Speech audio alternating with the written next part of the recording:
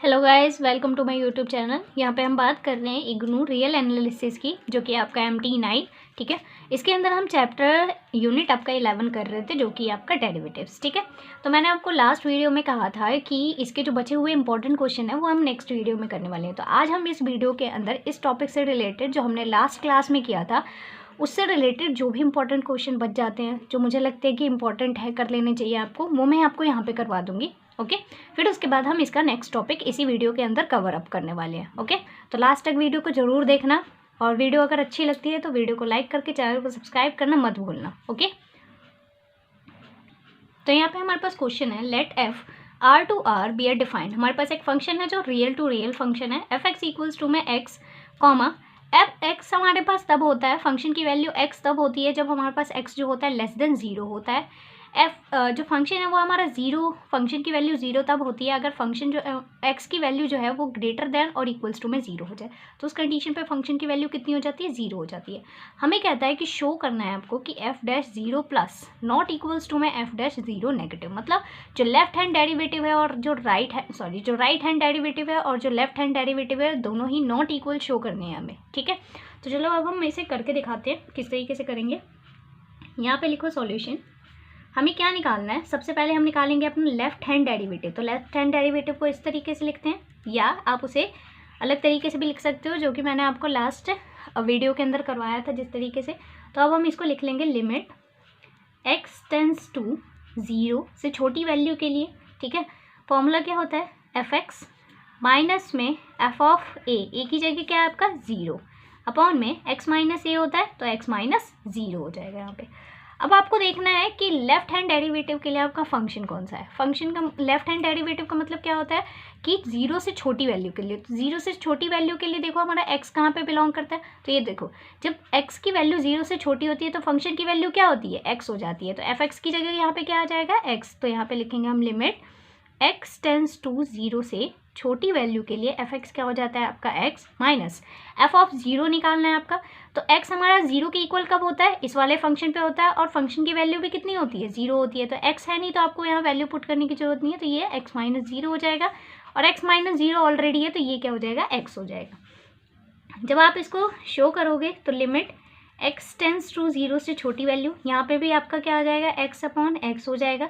इसको आप cancel out कर लो, क्योंकि आप लिमिट डालोगे तो ज़ीरो बाई ज़ीरो वाली आ जाएगी, मतलब इनडिटर्मिनेंट फॉर्म आ जाएगी। तो इसीलिए हम क्या करते हैं, इसे कैंसिल आउट कर लेंगे।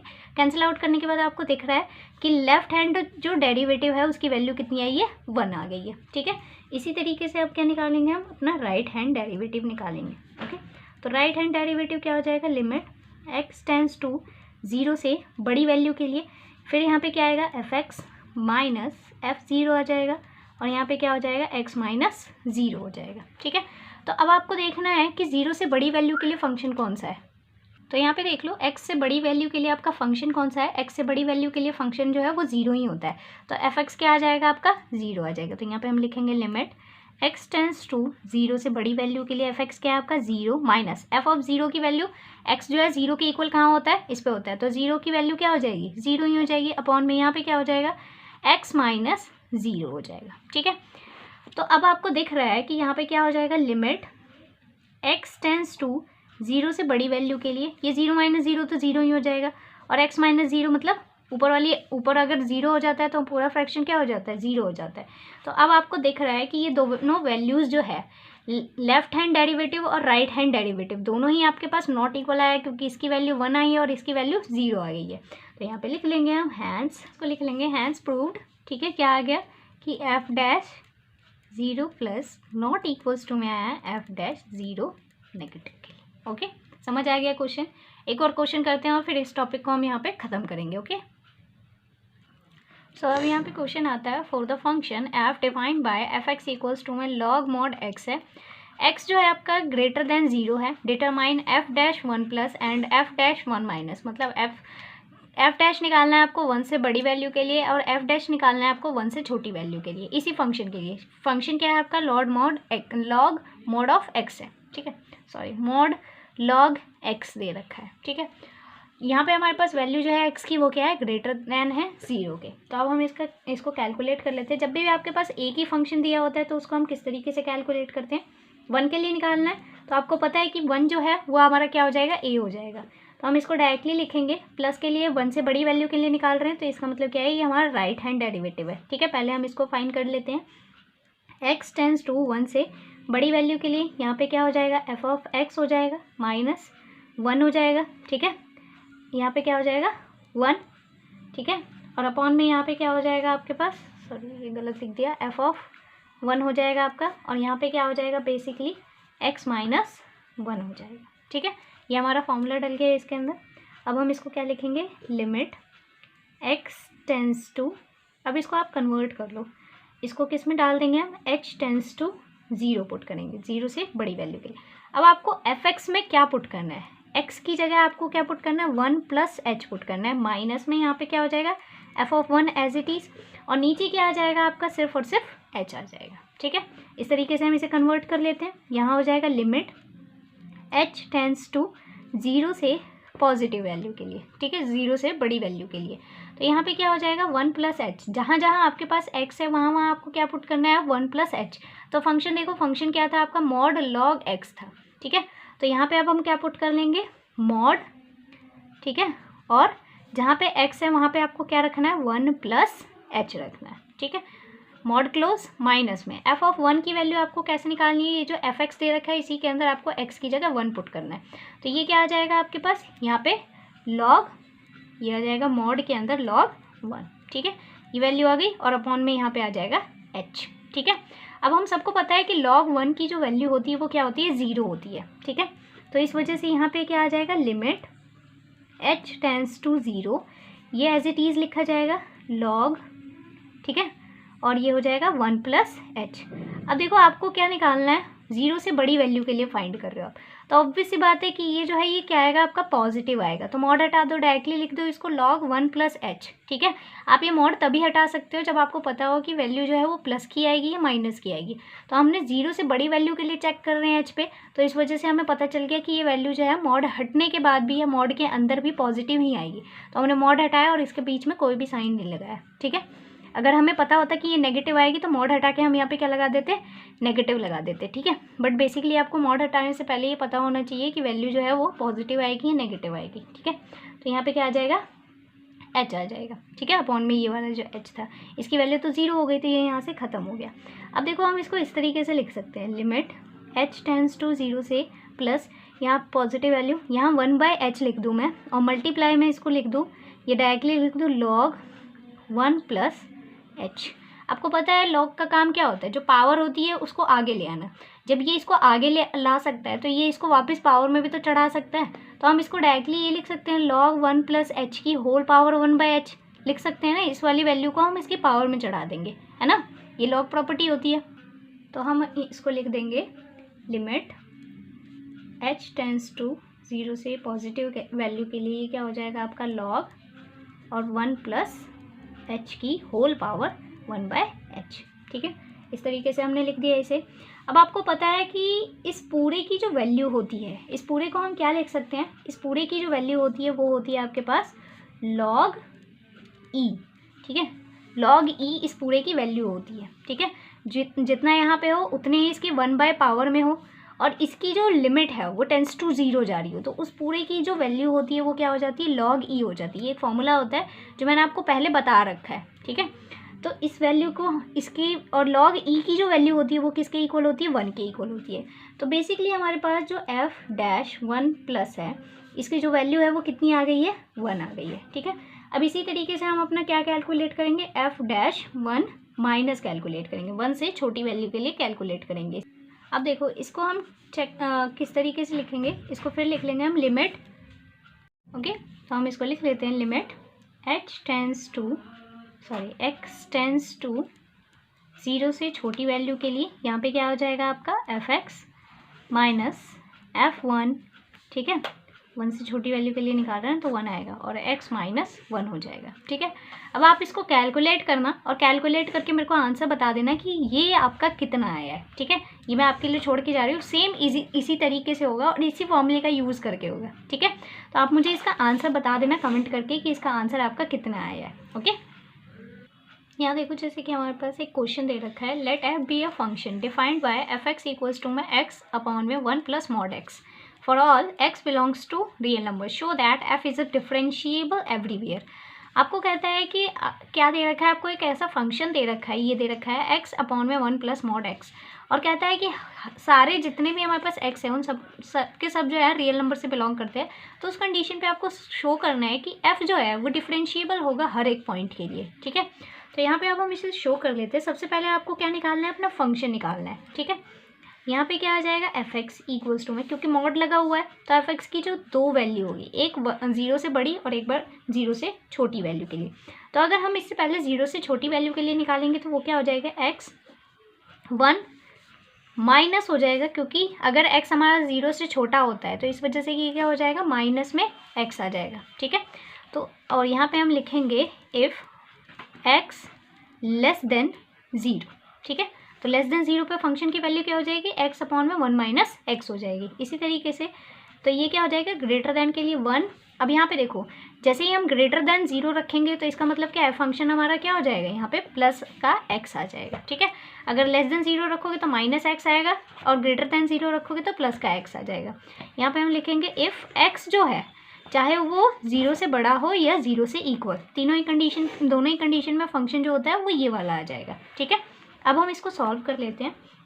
सॉल्व किस तरीके से करेंगे हम, सबसे पहले निकालेंगे हम अपना लेफ्ट हैंड डेरिवेटिव, किसके लिए, एफ ऑफ 0 के लिए। तो इसको हम निकाल लेते हैं, लिमिट x टेंस टू 0 से छोटी वैल्यू के लिए क्या हो जाएगा, यहाँ पे F x minus F of 0, और यहाँ पे क्या हो जाएगा, x माइनस 0 हो जाएगा।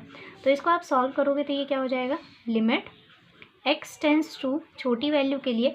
अब x टेंस टू छोटी वैल्यू पे फंक्शन की वैल्यू देखो कितनी है, x जब 0 से छोटा होता है तो फंक्शन की वैल्यू क्या हो जाती है, x अपॉन में 1 माइनस एक्स हो जाती है।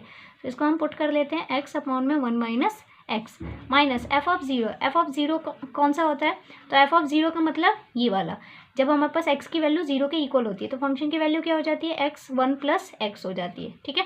तो अगर आप इसके अंदर 0 पुट करते हो तो ऑब्वियसली बात है, अगर ऊपर वाला 0 हो जाता है तो पूरा फ्रैक्शन ही 0 हो जाता है। तो एफ ऑफ 0 की वैल्यू कितनी आ जाएगी, 0 हो जाएगी, अपॉन में x माइनस 0 हो जाएगा, ठीक है।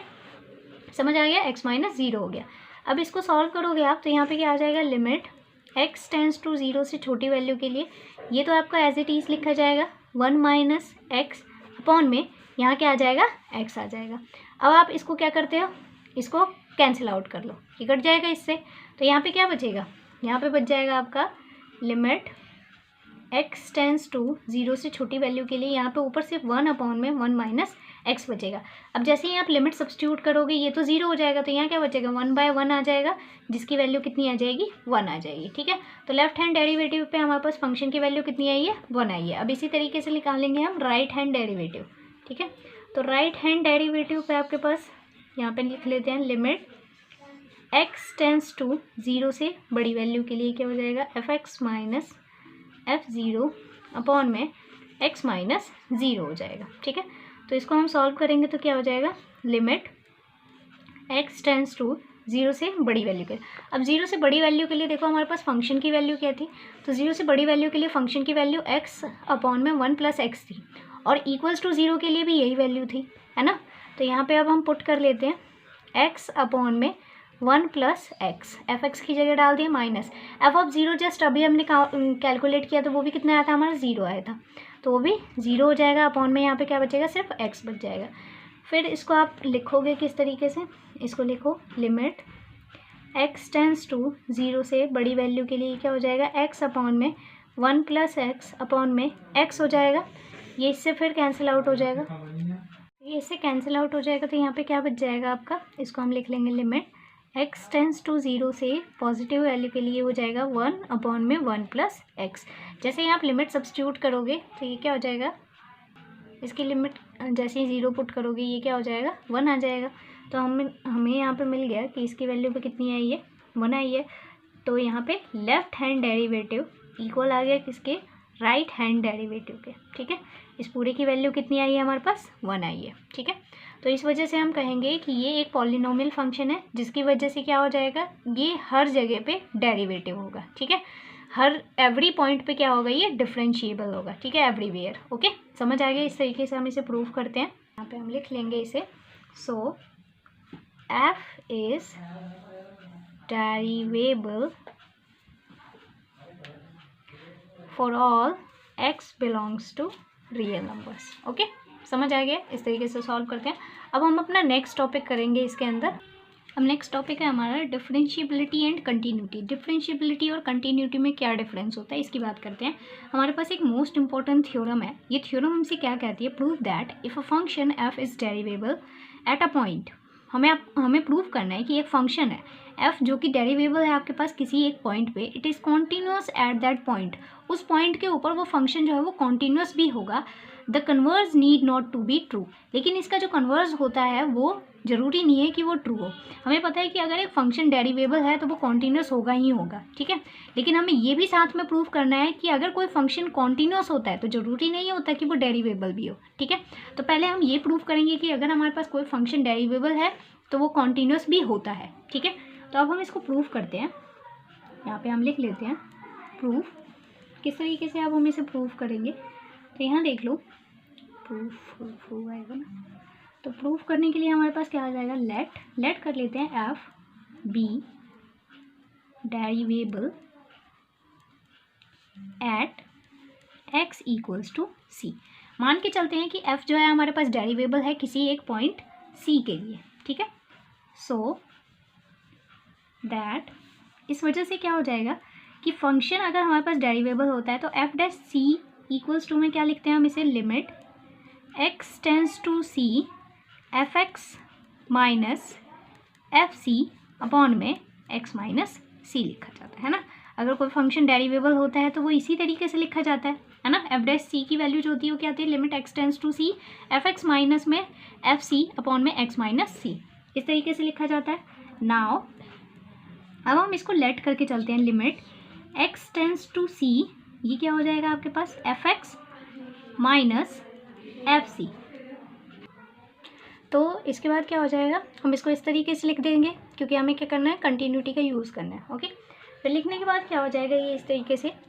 अब हम क्या करेंगे, इस वाली कंडीशन की हेल्प से हम ये वाली कंडीशन जनरेट करनी है ताकि हम एफ डैश सी की वैल्यू पुट कर सकें, ठीक है। तो आपको दिख रहा है ये इस तरीके से लिखा है। हमारे पास कमी किस चीज़ की है, एक्स माइनस सी चाहिए। तो हम क्या करेंगे, एक्स माइनस सी से ही इसे मल्टीप्लाई भी कर देंगे और डिवाइड भी कर देंगे, ठीक है। तो यहाँ पे लिख लेंगे हम इसे limit x tends to c, और यहाँ पे ये क्या हो जाएगा, ये हो जाएगा आपका f x minus F c upon में एक्स माइनस सी लिखेंगे। अब हमने यहाँ पे एक्स्ट्रा ऐड किया है तो यहाँ पे क्या हो जाएगा, एक्स माइनस सी हम, ओके, तो हमने यहाँ पे ऐड कर दिया। तो अब हम क्या करेंगे, इसे लिमिट सेपरेट कर लो इसके अंदर। जैसे ही आप लिमिट सेपरेट करोगे ये क्या हो जाएगा, limit x tends to c हो जाएगा, ये हो जाएगा f x minus F c, यहाँ पे सी आएगा, ये गलती से लिख दिया मैंने, ठीक है। और ये क्या हो जाएगा, एक्स माइनस सी, हम इसको पहले मान लेते हैं, यहाँ पे डॉट लगाएंगे क्योंकि मल्टीप्लिकेशन में चल रहा है। Limit x tends to c, और ये क्या हो जाएगा, x minus c as it is. हमें पता है इस पूरे की वैल्यू क्या है हमारे पास, एफ डैश सी है, ठीक है। तो अब हम इसको पुट कर लेंगे, इसकी जगह डाल दिया हमने एफ डैश सी। अब ये आपको दिख रहा है इसके अंदर, जैसे ही मैं लिमिट सब्स्टिट्यूट करूँगी ये क्या हो जाएगा, ज़ीरो हो जाएगा। तो यहाँ मल्टीप्लाई में क्या आ गया, ज़ीरो। अब क्या हो जाएगा, इसको हम लिख सकते हैं कि यहाँ पे इस पूरे की वैल्यू कितनी आई है, ज़ीरो। तो हमें मिल गया कि f dash x minus f x minus F c equals to में किसके आया हमारे पास, ज़ीरो के। तो यहाँ से हमें पता चल गया कि एफ एक्स इक्वल्स टू में किसके है, एफ ऑफ सी के है। जब भी ये कंडीशन आ जाती है तो इस वजह से हम क्या कर देते हैं, यहाँ पे लिख लेना लिमिट एक्स टेंस टू सी के लिए, ठीक है। तो ये हमारे पास क्या आ गई, लिमिट दोनों जो है फंक्शन की वैल्यू और उस पॉइंट की वैल्यू दोनों ही क्या आ गई आपके पास, इक्वल आ गई है। तो इस कंडीशन पे हम लिखेंगे hence F is continuous at X equals to C, ठीक है। अब हम इसका कन्वर्स प्रूफ करेंगे कि अगर कोई फंक्शन हमारे पास कॉन्टिन्यूअस होता है तो ज़रूरी नहीं होता कि वो डिफरेंशिएबल हो। तो इसके लिए हम क्या करते हैं, एक एग्जांपल लेके चलते हैं, ठीक है। हम यहाँ पे क्या कर लेते हैं, लेट द फंक्शन, आपके पास एफ एक्स एक फंक्शन मान के चलते हैं मॉड एक्स का। मॉड एक्स का जो हमारे पास ये फंक्शन होता है ये हर एक पॉइंट के लिए डिफरेंशिएबल होता है, ठीक है। तो यहाँ पे हम लिख लेंगे, सॉरी कॉन्टिन्यूअस होता है, is continuous at x equals to 0, ठीक है, बट नॉट डेरिवेबल, ठीक है, at x equals to 0। x equals to 0 के लिए फंक्शन जो होता है वो कॉन्टीन्यूअस होता है लेकिन डेरिवेबल नहीं होता। अब हम इस चीज़ को प्रूव करके दिखाएंगे, ठीक है। कैसे प्रूव करेंगे, हमें पता है, पहले तो हम इसका फंक्शन निकालेंगे। एफ एक्स इक्वल्स टू में क्या हो जाएगा, आपका ये मॉड एक्स है। जब आपको क्या करना होगा, ये 0 से x की वैल्यू अगर हमारे पास 0 से बड़ी और 0 के इक्वल आ जाएगी तो उस कंडीशन पे हमारा मॉड एक्स की वैल्यू क्या होगी, x आ जाएगी, पॉजिटिव x आएगी, ठीक है। अगर हमारे पास x की वैल्यू 0 से छोटी हो जाएगी तो उस कंडीशन पे हमारे पास x की वैल्यू क्या आएगी, -x आएगी, ठीक है। अब हम इन दोनों का ही यूज़ करके दिखाएंगे कि फंक्शन हमारे पास कॉन्टीन्यूअस तो आता है लेकिन डेरिवेबल नहीं आता, ओके। तो पहले हम इसको कॉन्टीन्यूअस प्रूव कर लेते हैं। लिमिट x टेंस टू 0 से छोटी वैल्यू के लिए, ठीक है। तो किस तरीके से निकालेंगे, हम अपना f(x) लिख लेंगे, इसे इक्वल्स टू में लिमिट यहाँ पे पुट कर लेती हूँ, x टेंस टू 0 से छोटी वैल्यू के लिए आपका फंक्शन कौन सा है, 0 से छोटी वैल्यू के लिए फंक्शन की वैल्यू है -x, ठीक है। अब जैसे ही इसके अंदर लिमिट सब्स्टिट्यूट करोगे इसकी वैल्यू कितनी आ जाएगी, 0 आ जाएगी। इसी तरीके से लिमिट x टेंस टू 0 से बड़ी वैल्यू के लिए f(x) आ जाएगा आपका। फिर इस तरीके से ही लिखोगे आप इसे, लिमिट x टेंस टू 0 से बड़ी वैल्यू के लिए फंक्शन की वैल्यू कौन सी है आपके पास, x। जैसे ही आप लिमिट सब्स्टिट्यूट करोगे इसकी वैल्यू पे क्या आ जाएगी, 0 आ जाएगी। और f(0) की वैल्यू मतलब फंक्शन पे भी, फंक्शन की वैल्यू उस पॉइंट के ऊपर भी कितनी है हमारे पास, 0 है ना। जब आप इसके अंदर जो 0 है, 0 के इक्वल हमारे पास कौन सा कब आता है फंक्शन, जब x की वैल्यू 0 के इक्वल आती है तो फंक्शन की वैल्यू क्या है, x है। जब आप इसके अंदर 0 पुट करोगे तो वो भी कितना आएगा, 0। तो आपको दिख रहा है कि लेफ्ट हैंड लिमिट और राइट हैंड लिमिट और फंक्शन की उस पॉइंट के ऊपर वैल्यू तीनों ही क्या है, आपस में इक्वल है। तो इस कंडीशन पे हम कहेंगे कि फंक्शन जो है ये हमारे पास f(x) इक्वल्स टू में मॉड x, ये x के लिए क्या है, x इक्वल्स टू 0 के लिए कॉन्टीन्यूअस है, ठीक है। ये प्रूफ हो गया यहाँ पे। अब हम डेरिवेटिव प्रूफ करेंगे इसे, तो हम इसको लिख लेते हैं, hence f is continuous at x equals to 0। अब यहाँ पे आ जाएगा। अब हमें डेरिवेबल प्रूफ करना है। नाउ f(x) माइनस f(0) निकालना है हमें और x माइनस 0 करना है, ठीक है। पहले हम किसके लिए निकालेंगे, तो हम इसमें वैल्यू रख लेते हैं। f(x) क्या है आपका, मॉड x है, माइनस f(0), मैं सिर्फ इसके अंदर इसी तरीके से पुट कर रही हूँ इसे, ठीक है, और x माइनस 0, ठीक है। अब देखो इसके अंदर हमारे पास क्या था, यहाँ पे मैं फंक्शन लिख देती हूँ आपका। f(x) क्या दे रखा था, f(x) था हमारे पास -x, जब आपके पास x की वैल्यू जो है लेस देन होती है 0 के, और x आता है जब हमारे पास x की वैल्यू ग्रेटर देन आ जाएगा। हम राइट हैंड डेरिवेटिव निकाल रहे थे, ठीक है। 0 के लिए लिमिट x टेंस टू 0 से पॉजिटिव वैल्यू के लिए f(x) minus f(0), x minus 0 हो गया। फिर हम इसको लिख लेंगे लिमिट x टेंस टू 0। अब पॉजिटिव x जब होता है, x की वैल्यू 0 से बड़ी के लिए देखो कौन सी आएगी, x की वैल्यू जब 0 से बड़ी होती है और 0 की इक्वल होती है तो उस पर वैल्यू क्या हो जाती है, फंक्शन की x हो जाती है, ठीक है। और इसी के अंदर 0 भी आप पुट करोगे क्योंकि f(0) निकालना है तो भी आपकी वैल्यू क्या आएगी, 0 आएगी, ठीक है। तो हम यहाँ पुट कर लेते हैं, f(0) x हो गया आपका और यहाँ पे 0 हो गया, x माइनस 0 हो गया, ठीक है। अब यहाँ पे क्या बचेगा आपके पास, तो यहाँ पे बच जाएगा लिमिट x टेंस टू 0 से पॉजिटिव वैल्यू के लिए, ये आपका x/x बच जाएगा। इसे आप कैंसिल आउट करोगे तो वैल्यू कितनी आ जाएगी, 1 आ जाएगी। तो आपको दिख रहा है यहाँ पे कि जो फंक्शन की लेफ्ट हैंड डेरिवेटिव है वो -1 आया है और जो राइट हैंड डेरिवेटिव है वो कितना है आपके पास, +1 आया है, ठीक है। तो इस वजह से ये दोनों ही क्या है, नॉट इक्वल है। तो यहाँ पे हम लिख लेते हैं left hand derivative of 0 not equals to में राइट हैंड डेरिवेटिव ऑफ 0, ठीक है। नॉट इक्वल आ गया, इस वजह से हम कहेंगे hence f is not derivable, ठीक है, एट x इक्वल्स टू 0।